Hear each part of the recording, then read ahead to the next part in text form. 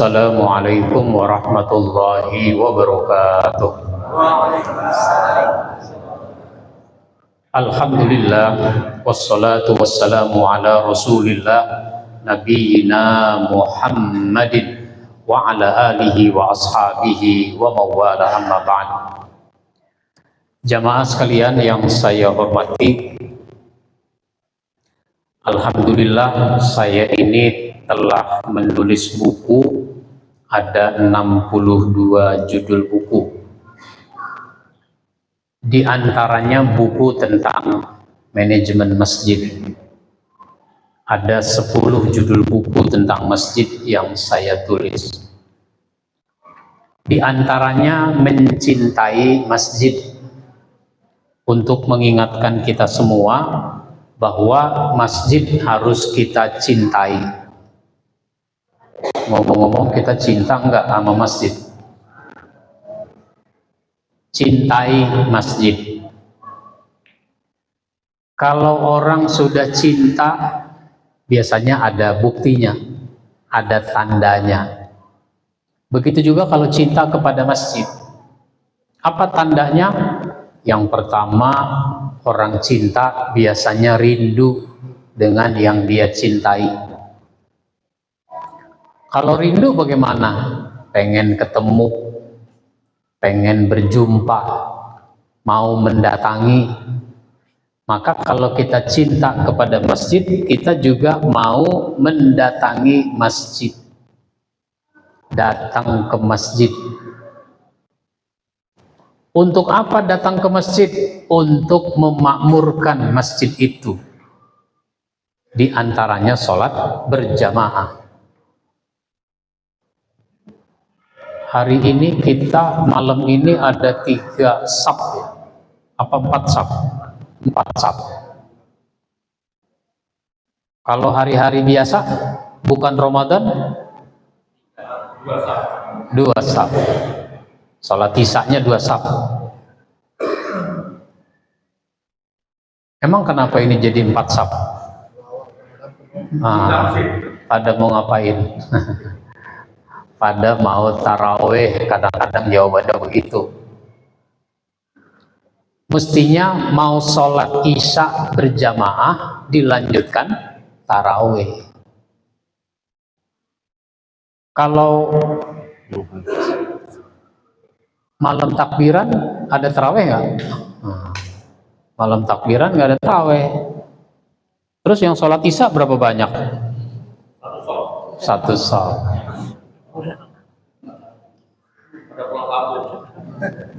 Ya, pada pulang kampung. Padahal besok lebaran ada banyak lagi tuh pada keluar. Idul Fitri, sholat Idul Fitri.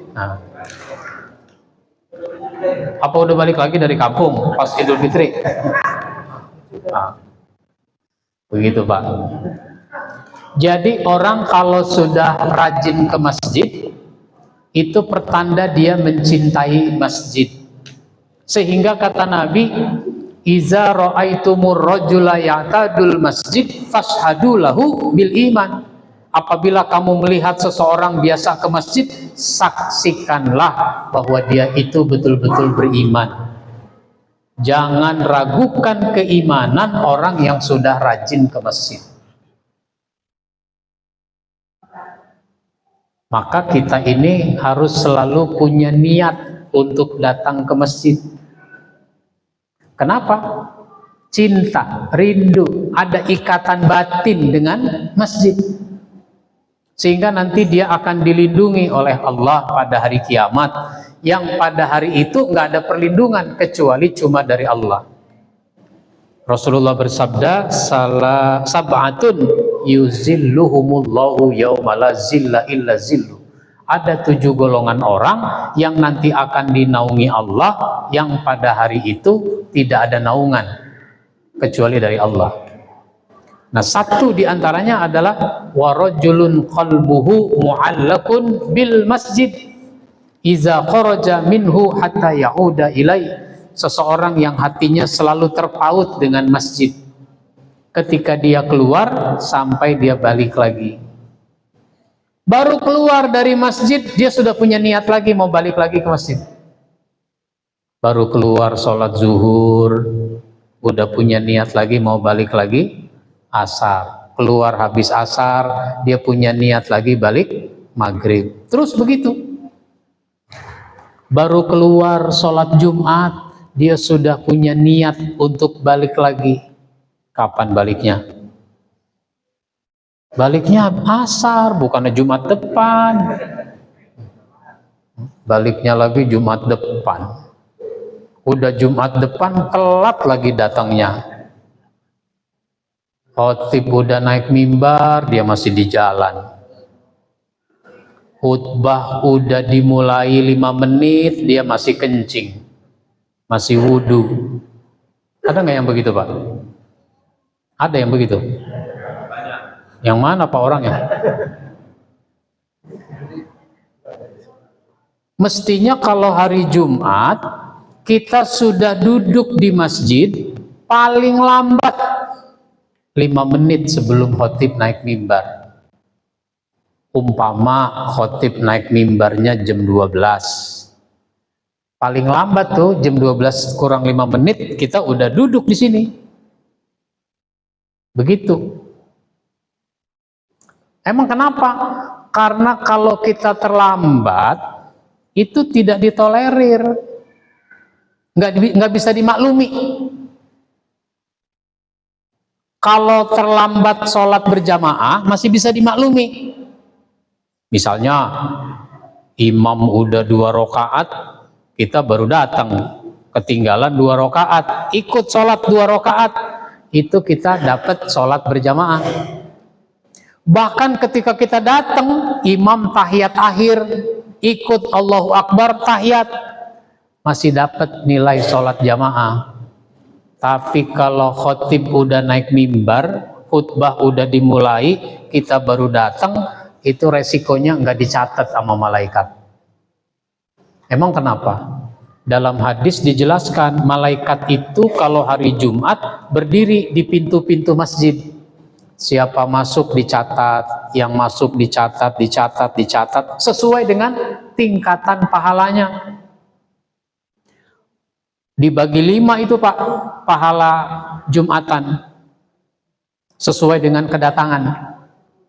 Kalau datang jam 11, dia dicatat seperti orang berkurban dengan unta.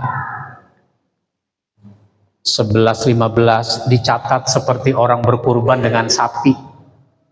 Setengah 12 dicatat seperti orang berkurban dengan kambing. 11.45 dicatat seperti orang berkurban dengan ayam. 5 menit lagi khotib naik mimbar, dia baru datang, masih dicatat seperti orang berkurban dengan telur. Ada telur bebek, ada telur ayam, ada telur puyuh. Ini 1 menit lagi mau khotib naik mimbar baru nyampe, dicatat juga telur cecek.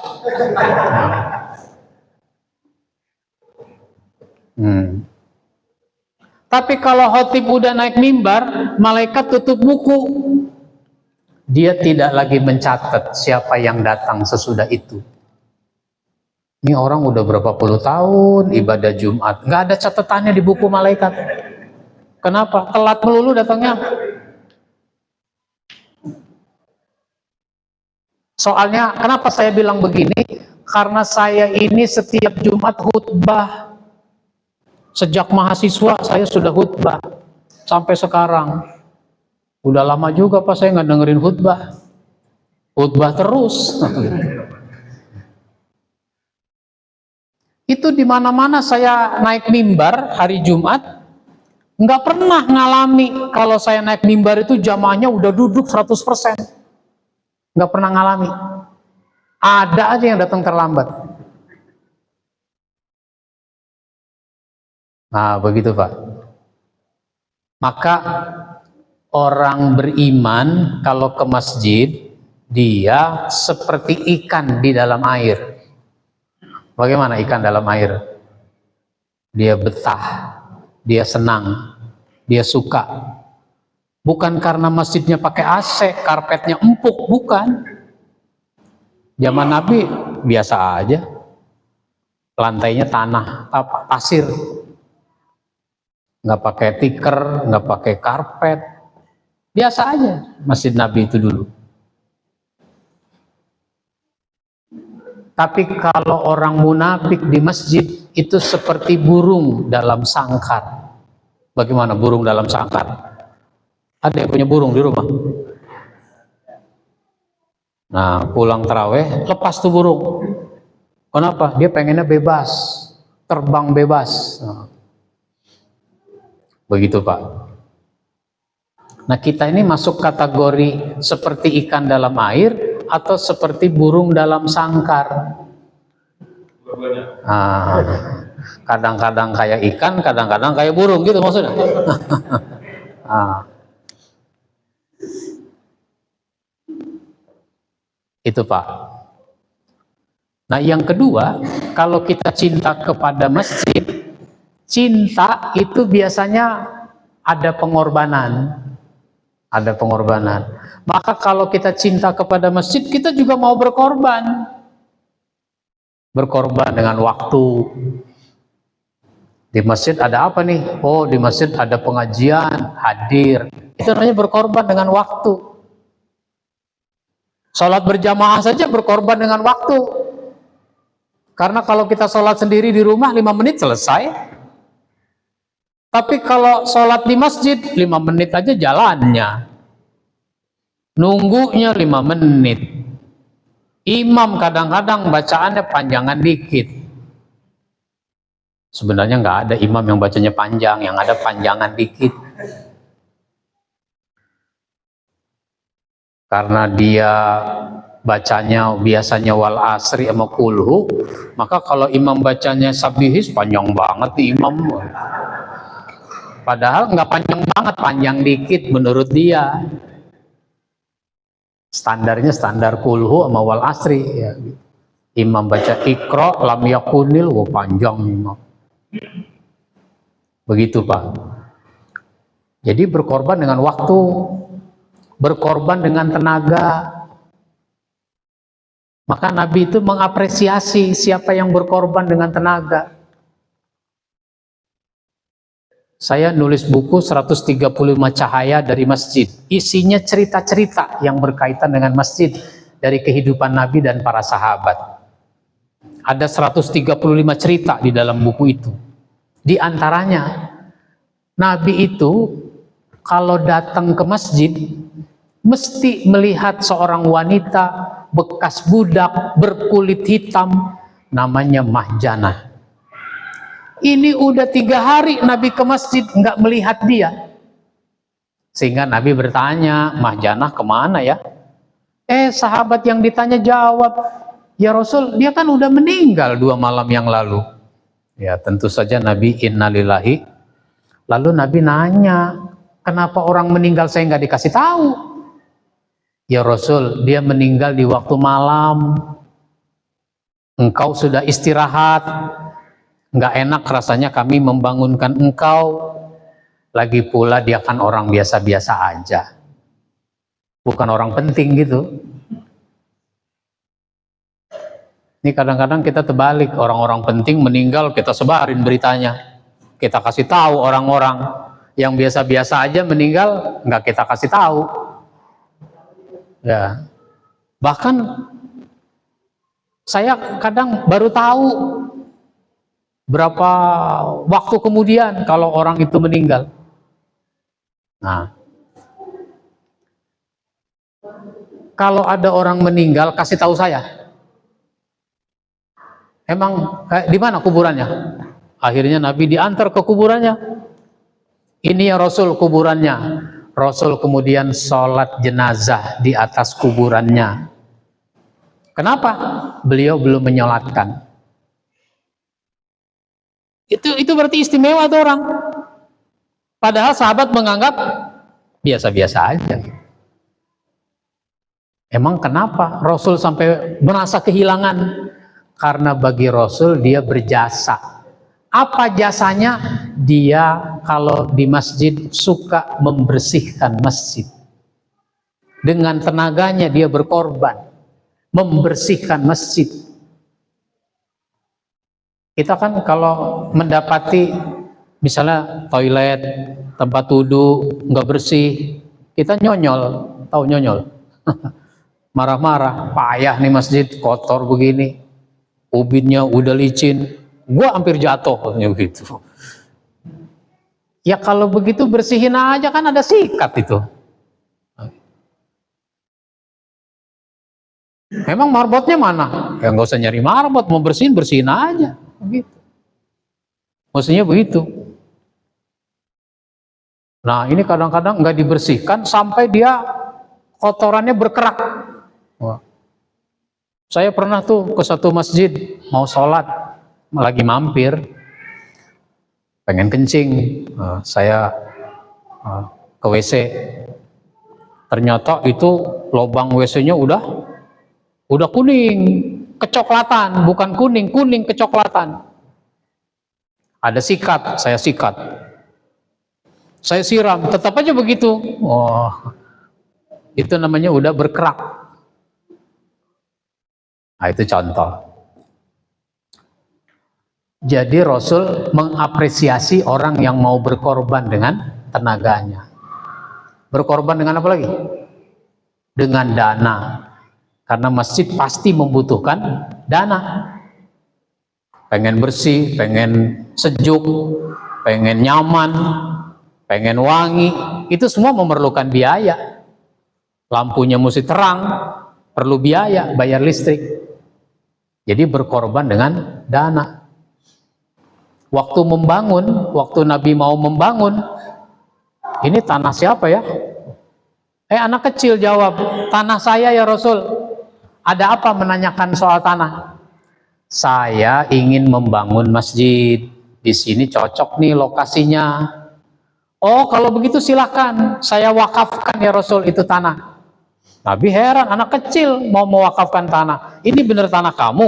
Iya, tanah saya. Bagaimana ceritanya kamu punya tanah ini? Kan tanah ada ceritanya ya. Ini warisan dari orang tua saya yang sudah meninggal. Kata Nabi, kalau begitu jangan diwakafkan. Saya beli aja. Nanti kamu bisa beli di tempat lain. Dibeli sama Nabi. Berkorban dengan harta. Begitu seterusnya. Jadi satu, kalau kita cinta kepada masjid, kita rindu sehingga kita mau selalu datang ke masjid. Yang kedua, kita mau berkorban dengan apa yang kita bisa. Mudah-mudahan bermanfaat apa yang saya sampaikan. Mohon maaf bila ada hal yang kurang berkenan. Saya sekaligus permisi, tidak ikut tarawih di sini. Rumah saya jauh juga Pak, Kebayoran Lama. Tadi saya mau bilang KL, Kuala Lumpur, bukan Kebayoran Lama. Demikian dari saya. Wassalamualaikum warahmatullahi wabarakatuh.